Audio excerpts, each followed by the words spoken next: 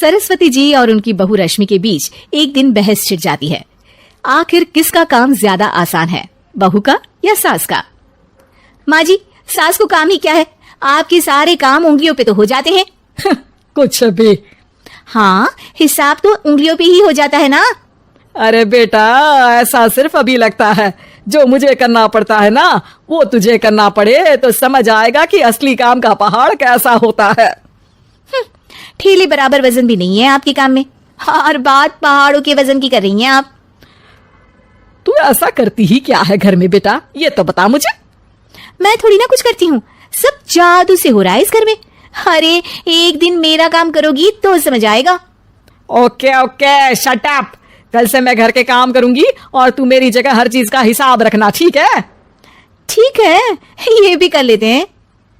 ये सास बहू की डील के बारे में रश्मि के पति अमन को नहीं पता था और ना ही अमन के पिताजी सुरेश जी को। पर गेहूं के साथ साथ जैसे घुन भी पिस जाता है, ये दोनों भी पिसने वाले थे। सुबह अमन उठकर रेडी होता है ऑफिस जाने के लिए, तो पता है उसके कपड़े नहीं निकले हुए हैं। अरे रश्मि, तुमने मेरे कपड़े नहीं निकाले? अपनी माँ से पूछो ना, उन्हीं का काम है ये। अमन अपनी माँ के पास जाता है। अब मेरे कपड़े आज आप देने वाले हो क्या माँ? हाँ, देना तो मुझे ही चाहिए, पर तेरी बहू ने कपड़े धोने ही नहीं डाले, तो कोई भी धुला हुआ कपड़ा नहीं है बेटा। हैं? ऐसा क्यों? कपड़े तो धोने आप ही देते हो ना माँ? अरे बहू ने तुझे बताया नहीं, अब हम अदल बदल गए हैं, मैं अब बहू और तेरी बीवी सास। अमन परेशान हो गया। वो बिना इस्त्री के कपड़े पहनकर ऑफिस चला गया। सरस्वती जी अपने घुटने के दर्द के कारण झुककर घर साफ नहीं कर पा रही थी और ना ही खाना बनाना याद रख पाई। उधर रश्मि पहले ही दिन घर की चाबी घुमा चुकी थी और 300 रुपए का हिसाब अलग नहीं मिल रहा था।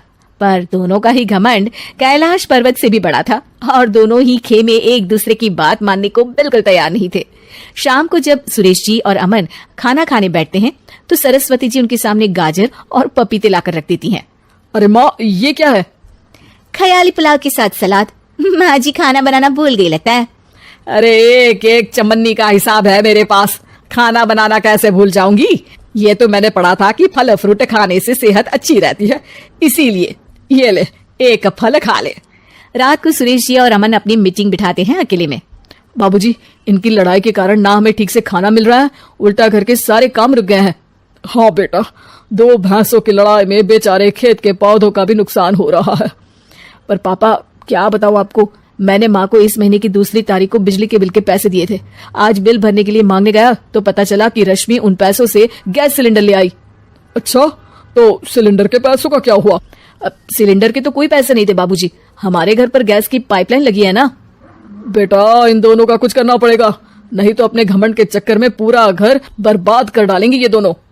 अमन और सुरेश जी काफी सोच विचार के बाद एक निष्कर्ष पर पहुंचते हैं। रात ही को दोनों अपनी पत्नियों की अलमारी से नई साड़ी निकालते हैं और सुबह जब रश्मि और सरस्वती जी उठते हैं तो देखते हैं कि दोनों पति साड़ी पहनकर चढ़ाव पर सब्जियां काट रहे हैं। अरे ये सब क्या हो रहा है? क्या हो रहा है मतलब?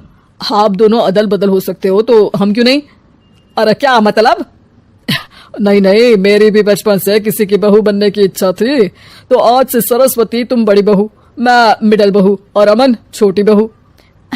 अरे लेकिन सब घर पर बैठ जाएंगे तो कमाएगा कौन? ये घर कैसे चलेगा? अब वो तो भैया या बाकी लोग जाने, अब हमने भी अदल बदल कर ही लिया है तो कुछ नहीं हो सकता।